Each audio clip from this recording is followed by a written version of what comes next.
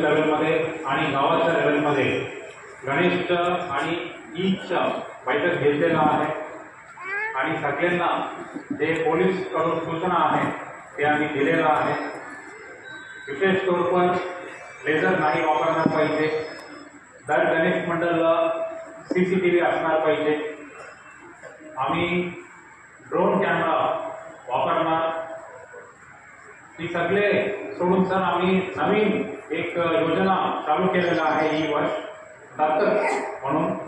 दर गणेश मंडळ सोबत एक आमचा दत्तक ऑफिसर ते राहणार, ते गणेश मंडळाला दत्तक घेणार। स्थापनाच्या अगोदर पासून विसर्जन पर्यंत आमचा माणूस कंटिन्युअसली त्यांच्यासोबत राहणार।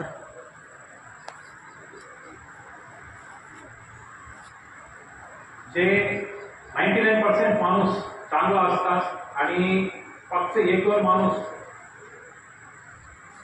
वाईट काम करतात, त्यांच्यावर कंट्रोल करण्यासाठी आम्ही त्यांना तडीपार केलेला आहे, प्रतिबंधक कारवाई केलेला आहे आणि कोणी रूल व्हायलेट केला तर त्यांच्यावर आम्ही कठोर कारवाई करणार। तर माझा एक्सपिरियन्स आहे लास्ट इयरचा की सगळे पीस कमिटी मेंबर्स गणेश मंडळ सगळ्यांनी मॅक्सिमम कोऑपरेशन दिलेला आहे आणि आय एम 100% शुअर की ही वर्ष पण सगळे आमचा कोऑपरेशन करणार आणि ही पूर्ण बंदोबस्त सीजन शांतियुत तरीके से पार पडणार। धन्यवाद। पूर्ण जगाचं मी जे आहे ते ईश्वर आहोत, फक्त रब्बुल मुस्लिमीन नाही। तिथं पैगंबर साहेब सल्लल्लाहु अलैहि वसल्लम 12 रबीउल अव्वल जे त्यांचा जन्म आहे आणि त्यांनी या जगातून पदार्पण केलं, त्यानिमित्त सर्व आपण इथे बसलेले शांत समाजाचे सदस्य सर्व आदरणीय आलेले प्रशासकीय लोकांना जे आम्ही त्यांचं अभिनंदन करतो, त्यांना मुबारकबाद देतो, स्वागत करतो आणि वक्रतुंड महाकाय सूर्यकोटी संपन्न निर्विघ्नं कुर्मदेव सर्वकार्येषु सर्वदा ज्याचं आगमन जे आहे आता स्थापना होणार आहे। आणि और मेरे जितना मुसल के सारे लोग बड़े अच्छे हैं, जरूरत है कि हम में कोई आदमी आकर के फितना फसाद न फैला सके। हम सबको होशियार रहना पड़ेगा। कोई अगर समाज के अंदर कुछ शर फैलाना चाहता है तो समाज के जो अच्छे लोग हैं वो आगे बढ़ के आए, उनको समझाएं और शहर में अमन शांति सुकून को आसमानी संकटात सापडलेला आहे। तरी मी सर्वांना एक नम्र विनंती करू इच्छितो की आपले धर्मोत्सव आपल्याला जे ती साजरे करायचे आहे ते फार मोठ्या उत्साहात करायचे आहे, उन्मादात नाही करायचे आहे आणि याच्यातून काही ना काही जे गैरवाजवी खर्च आहे ते टाळून जर आपण या जगाच्या पोशिंद्याला आपण काही मदत करू शकलो मुख्यमंत्री सहायता निधीमध्ये किंवा कुठल्याही पण हे आपण अवश्य आवर्जून करावं सर्वांना विनंती करतो। सोबतच प्रशासनाला अजून एक विनंती करतो की समस्या अनेकच आहेत। जसं उदाहरणार्थ आपण कापड लाईन या भागात पाहतो की विजेचे तार खाली लटकतात, रस्त्यावर गड्डे असतात, कुठं लाईटची व्यवस्था नाही आहे, अशा अनेक समस्या आहेत। हे प्रशासनाला म्हणजे गेल्या कित्येक वर्षापासून आम्ही दरवर्षी रेटून सांगतो, पण प्रशासन नुसतं हो करते, कानाडोळा करते, पण याच्यावर का कारवाई केली जात नाही आणि याच्यावर खरंच दखल का घेतली जात नाही ही गोष्ट आजही गुलदस्त्यात आहे। दुसरा एक विषय असा आहे की आपण म्हणतो की 99% लोक चांगले असतात, 1% लोक काही वाईट असतात आणि काही लोक व्यसनाधीन असतात आणि ते धुमाकूळ घालतात। वास्तविक पाहता व्यसन त्यांना पुरवलं कसं काय जातं साहेब, ही एक गोष्ट फार आपण विचार करण्यासारखी गोष्ट आहे। म्हणजे आपण म्हणतो की सण उत्सवाला ड्राय डे असते, पण माझ्या माहितीप्रमाणे दारू त्या दिवशी सर्वात जास्त विकल्या जाते। कृपया आपण म्हणजे ही मी तक्रार करतो आहे, पण हे वास्तविक पाहता त्या लोकांना जर या गोष्टी नाही उपलब्ध झाल्या तर बऱ्याचशा गोष्टी टळतात आपण। त्यामुळं मी प्रशासनाला पुनश्च विनंती करतो की आपण खरंच संवेदनशीलरित्या या सगळ्या गोष्टींची दखल घ्यावी। आपल्या सर्वांना येणार हिंदू धर्मस्थळ असेल आणि तिथं जर आपण ते कृती सोडून दुसरी कृती करत असो तिथं प्रश्न निर्माण होतो।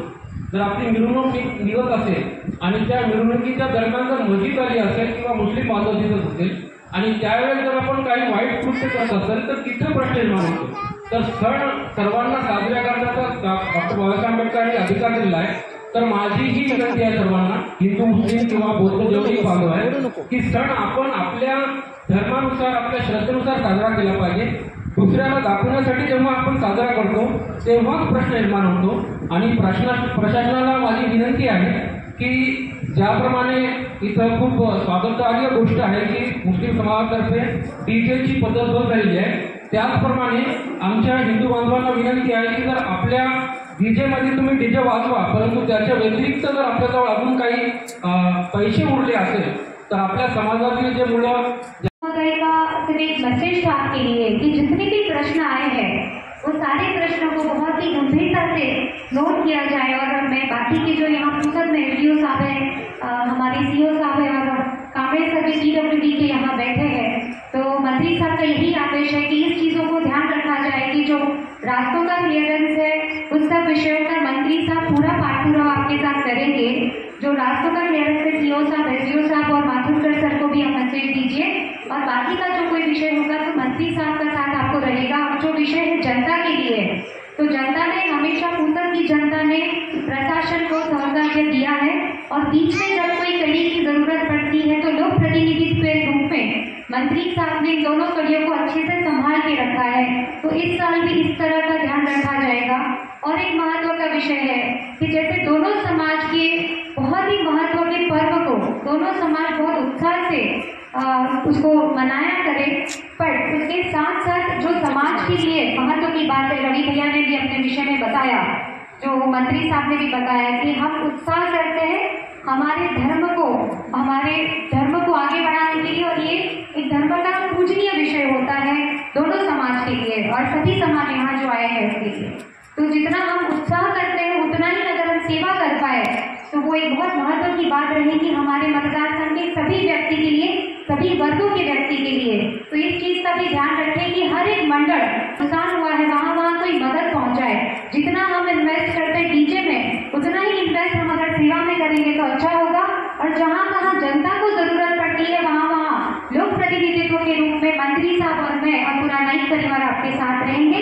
यही आशा करती हूँ कि पूरा प्रशासन साथ में रह के लोगों की जनता के हित का देख के अच्छे से इच्छा पूर्वक होने वाले दोनों धर्मों में सभी धर्मों के प्रकरण को ऐसा मैं यहाँ पे अपेक्षित करती हूँ. रुकती हूँ. Thank you. मला अपेक्षित आहे त्याबद्दल मी बोलणार आहे. सगळ्यात महत्वाचा मुद्दा गणेशोत्सवाच्या मिरवणुकीमध्ये दारूचं प्रमाण मला खूप दिसलं. दारू कन्झ्युम केलेले लोक मला बरेच दिसले. युवक मोठ्या प्रमाणात दारू कन्झ्युम करून दिसले. यामध्ये सुधारणा होणं अत्यावश्यक आहे. या तालुक्यामध्ये सरांना माहिती देतो तर एसडीपीओ साहेबांच्या फॉलोअपमुळे 93 मुंबई दारूबंदी कायद्यानुसार 93ची जी प्रकरणं आहेत गेल्या वर्षभरामध्ये माझ्याकडे सेक्शन 93ची 171 प्रकरणं आहेत. यापैकी 168 प्रकरणात आम्ही बंदपत्र घेतलं. अवैधरित्या गावठी दारू तयार करणारा हातभट्टीवाला त्यांनी अशी अवैध दारू विक्री करतोय त्याची प्रकरणं पोलीस आणि एक्साईज डिपार्टमेंटने माझ्याकडे 171 पाठवली. त्याच्यामध्ये 168 प्रकरणात मी बंदपत्र घेतली. या 168 बंदपत्र म्हणजे त्यांनी लिहून दिलं की यापुढे मी असा व्यवहार करणार नाही, शांतता ठेवण्याचं त्यांनी बंदपत्र माझ्याकडे दिलं. त्यानंतरही त्यांनी तो व्यवसाय कंटिन्यू ठेवला. ते पोलिसांना किंवा एक्साईज डिपार्टमेंटला लक्षात आलं. त्यांनी परत ब्रीच ऑफ बॉन्डची माझ्याकडे 62 प्रकरणं पाठवली. 62 प्रकरण. या 62 प्रकरणात मी नोटीसेस दिल्या, सुनावण्या घेतल्या आणि त्या लोकांना दंड दिले. 10,000 रुपयापासून 25,000 रुपयापर्यंत दंड मी केले. यामध्ये 7 लाख रुपये आजपर्यंत वसूल झाले. अजूनही वसुलीची कारवाई सुरू आहे. यामध्ये एसडीपीओ साहेबांचा प्रचंड पाठपुरावा असायचा. प्रकरणं पाठवले, नोटीस निघाल्या नाहीत, आले नाहीत वगैरे वगैरे. परंतु हे सगळं कशासाठी केलं? आपल्या इथलं सर्वसामान्य जीवन चांगलं राहिलं पाहिजे याकरता. अवैध हातभट्टीची दारू ही रिस्की आहे. त्यामध्ये काय टाकलेलं आहे याची कुणीही तपासणी केलेली नाही आहे आणि त्याकरता हे चाललेलं आहे. आता हीच अशाच प्रकारची दारू मिरवणुकांमध्ये दिसते. त्यामुळे मिरवणुका कंट्रोल करणं पोलिसांना कठीण जातं. आणि म्हणून माझी आपल्या सगळ्यांना विनंती आहे, मंडळाच्या लोकांना सुद्धा विनंती आहे की मिरवणुकीतलं दारूचं प्रमाण कमी झालं पाहिजे. हे आपलं दारू मुक्त गणेशोत्सव हा आपण साजरा केला पाहिजे. आणि हे मी ठामपणे इथे असं याकरता म्हणतो की माझ्या घरी जी गणपतीची पूजा होते तिथे आम्ही पावित्र्याने करतो. पावित्र या गणेशोत्सवाचं जर आमच्या घरामध्ये जपलं जातं तर ते सार्वजनिक ठिकाणी सुद्धा जपलं जाणं मला अपेक्षा आहे. गणेशोत्सव चांगल्या प्रकारे साजरा करा, परंतु गणेशोत्सवाचं पावित्र्य जपा. दुसरा महत्वाचा मुद्दा मला आपल्याला जो सांगायचा आहे तो म्हणजे डीजे बद्दल आता खूप सारे हात वर झाले होते की डीजे पाहिजे. तर एका बजरंगनगर नावाच्या गावामध्ये बजरंगनगर नावाच्या गावामध्ये मी एका सभेकरता गेलो होतो उन्हाळ्यामध्ये, मे महिन्यामध्ये. त्या गावामध्ये 4 लग्न होती सर त्या दिवशी आणि 4 डीजे त्या गावामध्ये वाजत होती. छोटंसं गाव होतं. इतका प्रचंड गोंधळ की आम्हाला सभा संपून लवकर त्या गावातनं बाहेर निघावं लागलं. तिथे आम्ही सहन करू शकत नव्हतो असा तो डीजेचा आवाज होता. तिथून आल्यानंतर मी 3 विभागाला पत्र दिले. एक पोलीस अधिकारी, एक आरोग्य अधिकारी आणि एक आमचे महसूल अधिकारी. 3 अधिकाऱ्यांचे मी अहवाल घेतले.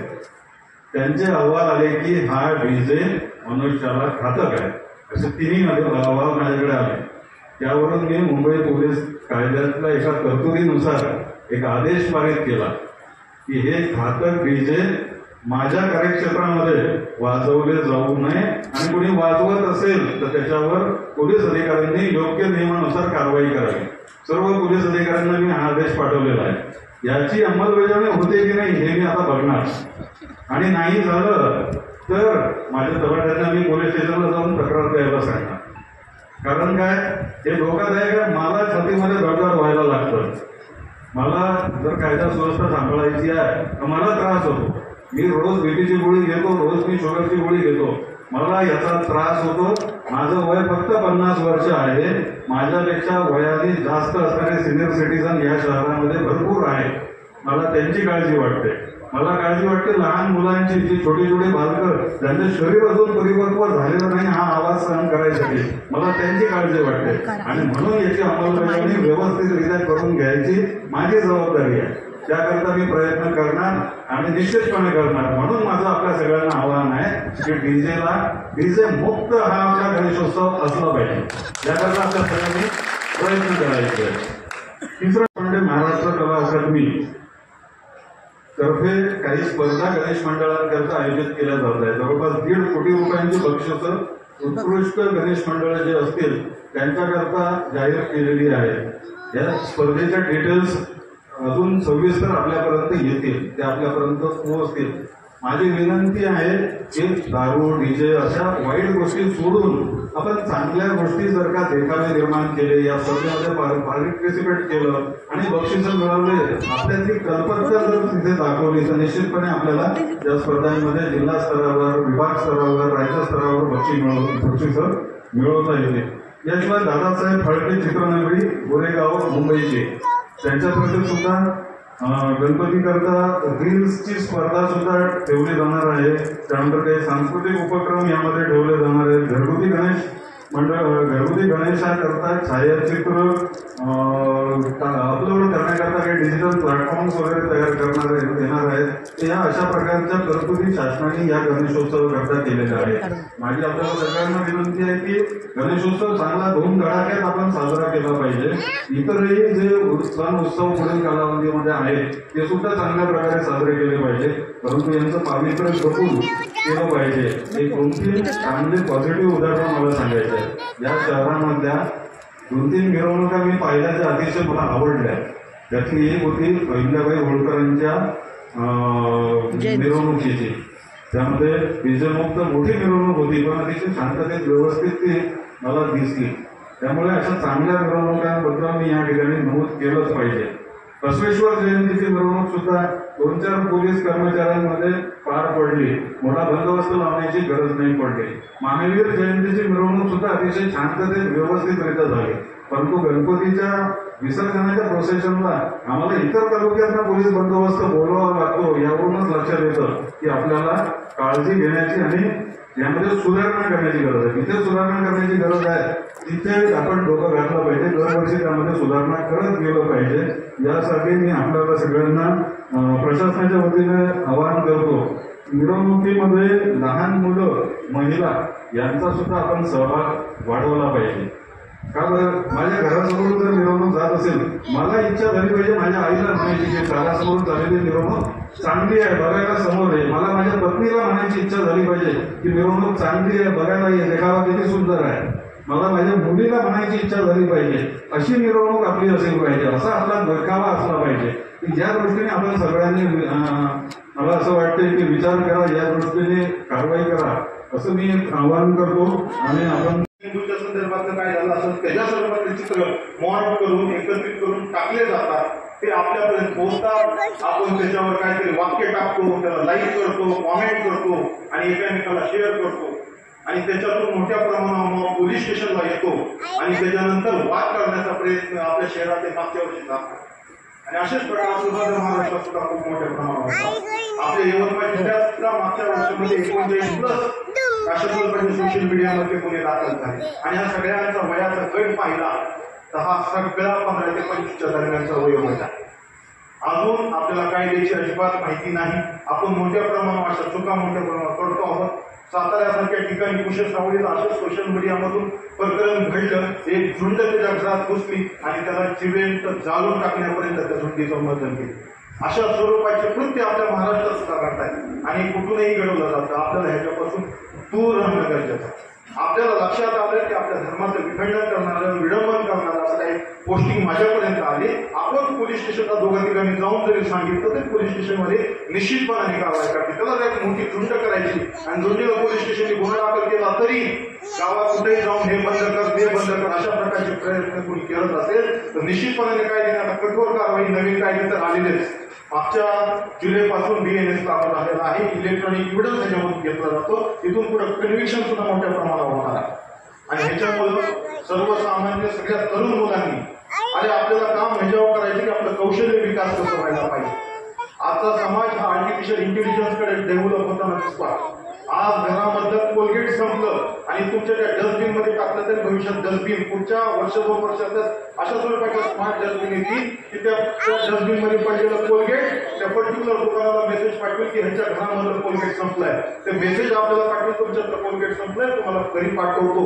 इथपर्यंत डेव्हलपमेंट पुढे चाललेले आहे. तुम्हाला रोजगार कमी होता आणि हे करण्यासाठी आपल्याला आपल्यातली कौशल्य विकास करण्यासाठी मार्गक्रमण करावा लागणार आहे. आपण आहोत कुठे?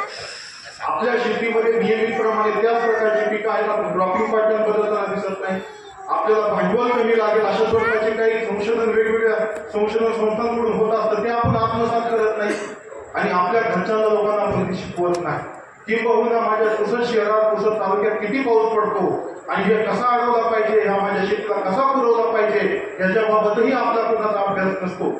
नुसतं आता ठीक आहे ना, इलेक्ट्रिकच्या तारा मागच्या आपला देश फ्री बनवण्यापासून आजपर्यंत मार्गक्रमण करत आलेला आहे. हळूहळू सगळ्या गोष्टी चेंज होतील. मोठ्या प्रमाणावर चांगलं मार्गक्रमण निश्चितपणाने होईल. त्यासाठी तुम्ही आम्ही सगळे प्रयत्न आहोत. मात्र त्या तारा वगैरे या संदर्भाने आहेत. आपली मुलं काय करतात, जे गाड्या आहेत त्या गाड्यावर उभं राहून झेंडा घेऊन नाचत बसतात. मागच्या वर्षी ओरिसामध्ये आपल्या महाराष्ट्रातच एक मुलगा चिटकून गेला, तो MBBS करायला गेला होता. आई वडिलांना एकुलता एक मुलगा होता. हे अशा स्वरूपाच्या चुकीच्या प्रवृत्ती आपल्यामध्ये यायला लागलेल्या ते आपण हे थांबलं पाहिजे. आपल्याला एखाद्या पर्टिक्युलर धर्माच्या धर्मस्थळापाशी झाल्यावर आपल्याला काय उपयोग होतो आणि आपल्याला काय उत्साह संचार होतो कळत नाही. देव सगळ्यांचा सारखा आहे. कुठल्याही धर्मात असू द्या, पवित्र पुराण असू द्या, आपली भगवद्गीता असू द्या, कुणाबद्दल कधीही कुणाबद्दल चुकीचं सांगितलं नाही. म्हणून आपल्या सगळ्यांची जबाबदारी मित्रांनो, केवळ हे करून चालणार नाही, मी तुमचं बोलून चालणार नाही, आपल्याला सगळे आत्मसात करावं लागतात. जुनी जाणती माणसं आपल्या गावाच्या विकासासाठी रात्री 10-11 वाजेपर्यंत आपल्या लहानपणी आपले आई वडील बसलेले बघितले जातात आणि त्यांनी विकासाच्या संदर्भाने नेहमी चर्चा केली आहे. घर कसं सुधारायला पाहिजे, तालुका कसं सुधारायला पाहिजे त्याची त्यांनी चर्चा केली. आजच्या लोकांना पुढच्या 5 दिवसाचं सुद्धा नियोजन नाही.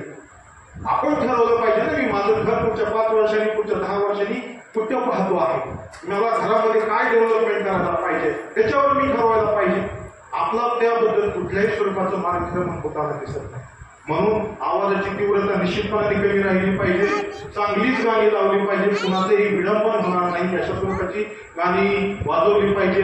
याबाबत सोशल मीडियापासून प्रचंड सावध राहिला पाहिजे. असं कुठल्याही लक्षात आलं तर पोलीस स्टेशनला निश्चितपणाने येऊन सांगा, आम्ही कारवाई निश्चितपणाने करू. आणि आगामी सण उत्सव आता इथं सांगितलंय का बघते मोठ्या प्रमाणावर गेल्या 5-6 दिवस. आणि सर्व ज्येष्ठ नागरिक सर्वांना नमस्कार. आपण गेल्या वर्षी पण या ठिकाणी आपण मीटिंग घेण्यात आला होता आणि त्याच्यानंतर आपला गणेशचा उत्सव शांतता पद्धतीने खूप डिसिप्लिन पद्धतीने आपला पार पडलेला. पण आता आपलं म्हणजे सर्व अधिकारी चांगल्या पद्धतीने मनोगत व्यक्त केलेलं आहे. आपण या विचार केला पाहिजे की नेहमी सांगतो गणपती उत्सव श्री बाळगंगाधर टिळकने चालू केला होता. जेव्हा चालू केला होता त्यांना एक पर्पस होता. त्यावेळेला आपल्या देशामध्ये जो लोकसंख्येमध्ये आपला लोकांचा लिटरसी लेवल कमी होता, पढाई कमी होता, त्यांना आपला स्वतंत्र पाहिजे म्हणून लोकांना एकत्र करण्यासाठी, त्यांच्या पब्लिकमध्ये अवेअरनेस क्रिएट करण्यासाठी या गणेश उत्सवाला वापर करून लोकांच्या मध्ये एक अवेअरनेस आणला होता. त्या दरम्यान त्यांना अशा म्हणजे आपण स्थापन करून की एक विसर्जनच्या ठिकाणी पण जेव्हा विसर्जन लोकांना मिरवणुकीच्या दरम्यान विसर्जनचा मुख्य उद्देश हे होता की मिरवणूक करताना तुम्ही पब्लिक आला पाहिजे, बघितला पाहिजे आणि आपला अवेअरनेस अजून वाढला पाहिजे म्हणून त्यांचा मुख्य उद्देश होता. पण आता आपण गेला काही वर्षापासून बघितलं तर जो मेन उद्देश आहे ते बाजूला गेलेला आहे. आपण असा डायरेक्टली बोलता येईल. आपण गणपतीच्या मागे ठेवून म्हणजे गणपतीच्या समोर आपण दारू पिऊन असतात हे बरोबर आहे का? म्हणजे भक्ती, श्रद्धा, पवित्रता कुठे गेले हे सर्व लोक आपण विचार केला पाहिजे. आणि मी जलवाल असताना बघितलं होता म्हणजे बरेच मंडळी अशा आहेत की आता पण एक जो पारंपरिक पद्धतीने ते विदाउट डीजे ते आपला विसर्जन सादर करतात. आणि ते सर्व लोक त्यांना पण एक म्हणजे रोजगार भेटतात आणि ते बघण्यासाठी ऍक्च्युली पूर्ण शहरातले लोक बाहेर येतात. गेल्या वर्षी पण मी सांगितलं होतं म्हणजे जसं आपण शिवजयंती सादर करतो किती म्हणजे एक पारंपरिक पद्धतीने सादर होतो असेल पण ऍक्च्युली गणेश उत्सव पण सादर झाला पाहिजे. यावर्षी मी सर्वांना विनंती करतो की मी आतापासून तुमच्याकडे गेला आहे म्हणजे अजून एक आठवडा आहे त्याच्यानंतर 15 दिवस आपल्याकडे वेळ आहे. जो लोक विदाउट डीजे आणि पारंपरिक पद्धतीने चांगल्या पद्धतीने देखावा लावून आणि चांगल्या पद्धतीने नृत्याच्या सोबत जो पुढे जातात त्यांना आपण नक्की त्यांना प्रोत्साहन आणि अभिनंदन करणार आहे. आणि आम्ही जो विसर्जन संपल्यानंतर आम्ही एक डिसिजन घेणार आहे. आणि जो मागे बसून मला माहिती आहे गेल्या वर्षापण जो डीजे लोक मागे बसून आम्हाला डीजे पाहिजे म्हणजे डीजे पाहिजे म्हणून सांगतात, डीजेवाले सांगतात आम्हाला डीजे पाहिजे म्हणून नक्की सांगणारी आहे. जे डीजे वाले लोक सांगणारे डीजे पाहिजे म्हणून. जो गणपती मंडळवाल्यांच्या मध्ये पाहिजे मला माहिती आहे. जो 8-10 लोक मुले सोडून बाकी लोकांना कोणाला पण इच्छुक नसतात. माझा एक्सपिरियन्स आहे की गणपती मंडळाचे जे ज्येष्ठ नागरिक सांगतात सर हे लोकांना बाहेर काढा, आम्हाला पूजा अर्पण करण्यासाठी पण आम्हाला वेळ देतच नाहीये. त्या सिच्युएशनसाठी आम्ही गेलेलो आहोत. गेल्या वर्षाला माझे एक्सपिरियन्स म्हणजे नेहमी दरवर्षा मला एक्सपिरियन्स असतात की गणपती मंडळाचे ज्येष्ठ नागरिक आणि महिला जो पूजा करण्यासाठी जो चौकीमध्ये जेव्हा थांबले तेव्हा विचार करतात याला बाजूला काढतात. आणि जेवढं पण भांडण झालेलं आहे ते गणपतीच्या पुढे म्हणजे दारू पिऊन हे लोक म्हणजे भांडण करतात ते बरोबर नाही. आपला मुख्य उद्देश आहे भक्ती आणि श्रद्धा आणि पवित्रता हे कायम ठेवून आपण आपला उत्सव सादर केला पाहिजे. आणि आपला ईद मिलादसाठी ऑलरेडी तुम्ही लोक अनाउन्स केलेला आहे म्हणजे डीजे मुक्त करणार आहे. त्यासाठी मी सर्व ईद मिलादच्या आयोजक लोकांना खूप अभिनंदन करतो. तसेच सर्व गणपती मंडळी पण तुम्ही एक वेळेला बघा, एक वर्ष तुम्ही पारंपरिक पद्धतीने करून दाखवा, तुम्हाला किती चांगला वाटतात. आणि जसा एसडीएम साहेबांना केवळ बोलले की म्हणजे डीजेच्या पुढे सर्वांना होतात पूर्ण हात धडकतात, बिल्डिंगही धडकतात. माझ्या पण स्वतःच्या इथून निघून जावं. आमच्या नातेवाईकच्या लग्न असताना पण एवढा डीजे असतात डीजे. आणि एक हेल्थवाईज दुसरा भरपूर स्टुडंट्स असतात जे म्हणजे शिक्षणासाठी बसतात. काही एमपीएससी तयार असतात, यूपीएससी असेल, 10वीच्या 12वीच्या काही नीटच्या एक्झामसाठी तयार करतात.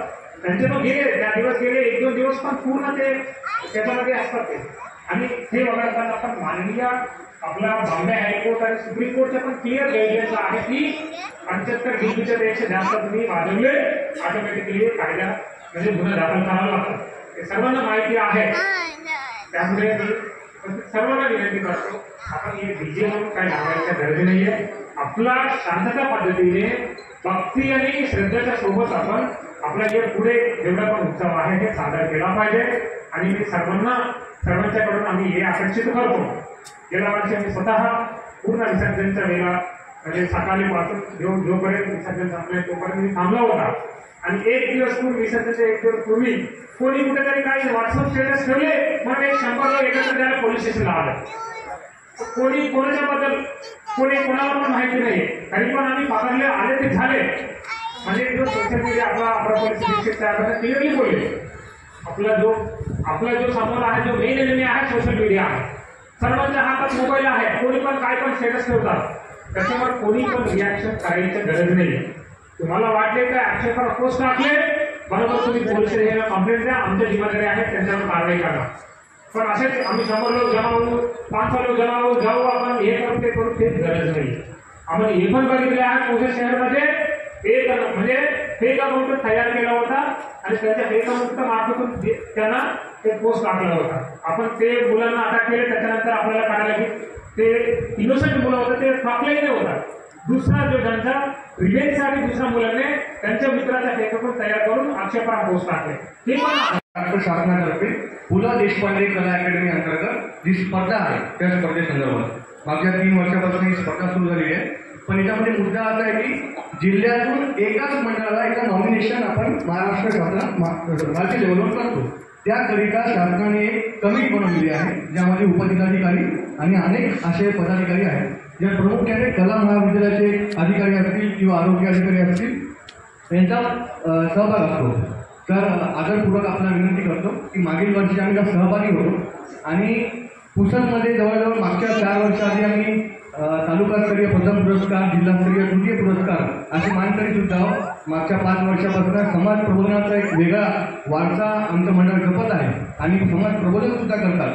पण मागच्या वर्षी आम्हाला काय अधोरेखित झालं तर जेव्हा ही कमिटी आमच्यापर्यंत आली तेव्हा ही दुपारी 1:30 वाजता 2 वाजता दरम्यान आली, जेणेकरून गणेश मंडळाचे जे देखावे असतात हे खरं तर रात्री अवलंबून असतात. त्याचा जो शो असतो किंवा जो दाखवण्याचा प्रयत्न असतो रात्रीवर निर्माण असतो. पण दुपारी आले उपजिल्हाधिकारी साहेब अवघे 5 मिनिटं बसले, कुठलाही निरीक्षण नाही केलं. खरं पाहतो म्हणजे शासन निर्णय आहे की 20 मुद्द्यांमध्ये याची मार्किंग आहे, वेगवेगळे मार्क्स काय केला त्याचं पूर्ण मार्किंग असायला हवं, त्याची ट्रान्सपरन्सी असायला हवी. आम्ही तिथे मानकरी ठरलो नाही याचा अर्थ आमचा विरोध नाही, पण आपण मागच्या वर्षीच्या सुद्धा याच्यामध्ये एकदा लक्ष घालावं आणि येणाऱ्या याच्यामध्ये सुद्धा लक्ष घालावं, जेणेकरून असं ट्रान्सपरन्सी असायला पाहिजे आणि मंडळाला प्रोत्साहन व्हायला पाहिजे. तर जे मुद्दे आहेत त्यामध्ये मी बऱ्यापैकी समोर आले होते. त्यामध्ये महत्वाचं होतं की आपल्याला आता सणाचं जे तयारी आहे ते प्रशासन मार्फत सुरू व्हायला पाहिजे. त्यामध्ये जितके मी नगर प्रशासनची जितकी मी टीम आहे आपले सीओ मंडळी आहे त्यांना ऑलरेडी सूचना दिलेली आहे की रस्ता असो, टॉयलेट असो, आपल्या हॉकर संदर्भात काय विषय असो की काही ठिकाणी आपले म्हणजे रस्ता अवरोध होऊन जातो, काही ठिकाणी ठेलीवाले असतात ते रस्त्याला अवरोध करून ठेवतात, त्यांचा विषय असो, आपल्या रस्त्याची साफसफाई असो किंवा इतर सर्व विषय जसा स्ट्रीट लाईटच्या काही तालुक्यांमध्ये विषय आला होता त्या संदर्भात बऱ्यापैकी आपण प्रत्येक तालुक्याला प्रत्येक नगर परिषदेला सूचना दिलेली आहे. त्याचा परत आढावा आम्ही दर आठवड्याला घेणार आहे. आता या आठवड्याचा जे आढावा आहे ते उद्या आहे. कोणत्या तालुक्याने कोणत्या नगर परिषदेने किती तयारी केली त्या संदर्भात आम्ही विचारणार आहे. तो जसा आजची मीटिंगमध्ये जसा तुमची मागणी होती की या ठिकाणी काही बेसिक प्रश्न आहे जे व्हायलाच पाहिजे त्या संदर्भात प्रशासन पण दक्ष आहे आणि आम्ही त्याचा फॉलो करत आहोत. आणि जेव्हा आपल्या सण स्टार्ट होणार आहे त्याच्या पूर्वी बऱ्यापैकी सॉल्व्ह होतील त्याचा मी हमी देतो. दुसरा आजच्या या पूर्ण प्रसंगामध्ये आता जसा दिसून आला की मागच्या वर्षाचा नो बघा किंवा त्याच्या पूर्वीचा नो बघा, आपला जे आहे तालुका आहे ते संवेदनशील आहे. त्यामध्ये काही 1-2 प्रकरणे असे आली ज्या कारणामुळे आपल्या संदर्भात जसा आपण म्हणजे नॉर्मली आम्ही सांगता कमिटीमध्ये वारंवार असं मेन्शन करत नाही की डीजे आपण 75 डेसिबल पर्यंत ठेवायचे. पण जसा अनुभव आलेला आहे त्याप्रमाणे माझी टीमने, माझे सगळे सहकार्याने तुम्हाला बऱ्यापैकी डिटेलमध्ये सांगितलेलं आहे की आपण कायद्याच्या पूर्ण पालन करणारच आहे आणि कायद्याचं जेव्हा पालन करणार आहे तेव्हाच आपला जे पूर्ण सण आहे ते आनंदानं होऊ शकते. अदरवाईज आपण स्वतःच्या मनाने चालले तर काही ना काही दिवसाला अडचण होणार आहे, काही ना काही प्रॉब्लेम इश्यू क्रिएट होऊ शकतोय आणि स्टार्टिंगमध्ये आपण चांगला सेलिब्रेशन मोडमध्ये आहे आणि त्याचा काही नेगेटिव्ह रूप आपल्याला समोर जावा लागू शकतोय. तो कायदा आपण सगळ्यांसाठी आहे, प्रत्येकासाठी आहे. असा कोणी म्हणत नाही की कायदा माझ्यासाठी लावलेला आहे, यांच्यासाठी नाही. तुम्ही जितके लोक उपस्थित आहेत सगळे नागरिक आहेत त्यांच्यासाठी सारखाच कायदा आहे. तो त्या या ठिकाणी मला खूप म्हणजे बरेच लोक पण दिसले, खूप असे आहे जे ऑलरेडी म्हणजे समाजाला पुढे घेऊन चालत आहे. तुमचा शब्दाचा मान प्रत्येकाला आहे, तुम्ही या ठिकाणी सांगणार आहे तो 100 लोक 1000 लोक तुमच्या पाठीमागे राहणार आहे. खूप लोक असे आहेत ज्यांना स्वतःच्या कामगिरीतून स्वतःला सिद्ध केलेलं आहे. म्हणजे जवळपास कोणाचा 15 वर्षाचा अनुभव असेल, किसी का 20 वर्ष का होगा आणि खुद के काम से उन्होंने खुद को सिद्ध किया. तो असे हे इव्हेंट असतात त्यामध्ये तुमचा बोलणं, तुमच्या शब्दाचा खूप महत्व आहे. तुम्ही जर समाजाला चांगला मार्गदर्शन केला, छोटे मोठे विषय आपल्याला येतच राहणार आहे पण त्यावेळी तुमचा बोलण्याचा खूप महत्व राहणार आहे. तुम्ही चांगल्या रीतीने बोलले, चांगल्या रीतीने मेसेज पास ऑन केला तो असे इव्हेंट आपल्या सगळ्यांसाठी आनंदीसाठी राहणार आहे. माझी सगळ्यांना परत विनंती राहणार आहे की पुढचा दिवस आपण सगळ्यांना खूप म्हणजे आनंदाने सेलिब्रेट करायचे. असा नाही की आपल्याला जास्त सेलिब्रेट करायचं तर आपण स्पीकरची व्हॉल्यूम इतकी व्हॉल्यूम वाढवून देतो की मला जास्त आनंद झाला तर मला स्पीकरची व्हॉल्यूम आता 150 डेसिबलवर सेट करायचं, आणखी जास्त आनंद झाला तर 200 डेसिबल सेट करायचं. म्हणजे दॅट इज ओनली एक्झाम्पल. पण 75 डेसिबलच्या सगळ्यांना पालना करावी. कोणी असं नाही राहणार आहे की म्हणजे जे शासन आहे, प्रशासन आहे, पोलीस यंत्रणा आहे ते आपल्या सगळ्यांच्या मदतीसाठी राहणार आहे. मी परत या ठिकाणी तुम्ही इतके वेळ थांबले, इतके वेळ आपल्या सगळ्यांचा संवाद झाला, मी परत सगळ्यांचा धन्यवाद व्यक्त करतो. आयोजक मंडळी आहे त्यांचा पण धन्यवाद व्यक्त करतो आणि स्पेसिफिकली सगळे जे या ठिकाणी उपस्थित आहेत सगळ्यांचा मी परत धन्यवाद व्यक्त करतो. जय हिंद, जय महाराष्ट्र, जय हिंद.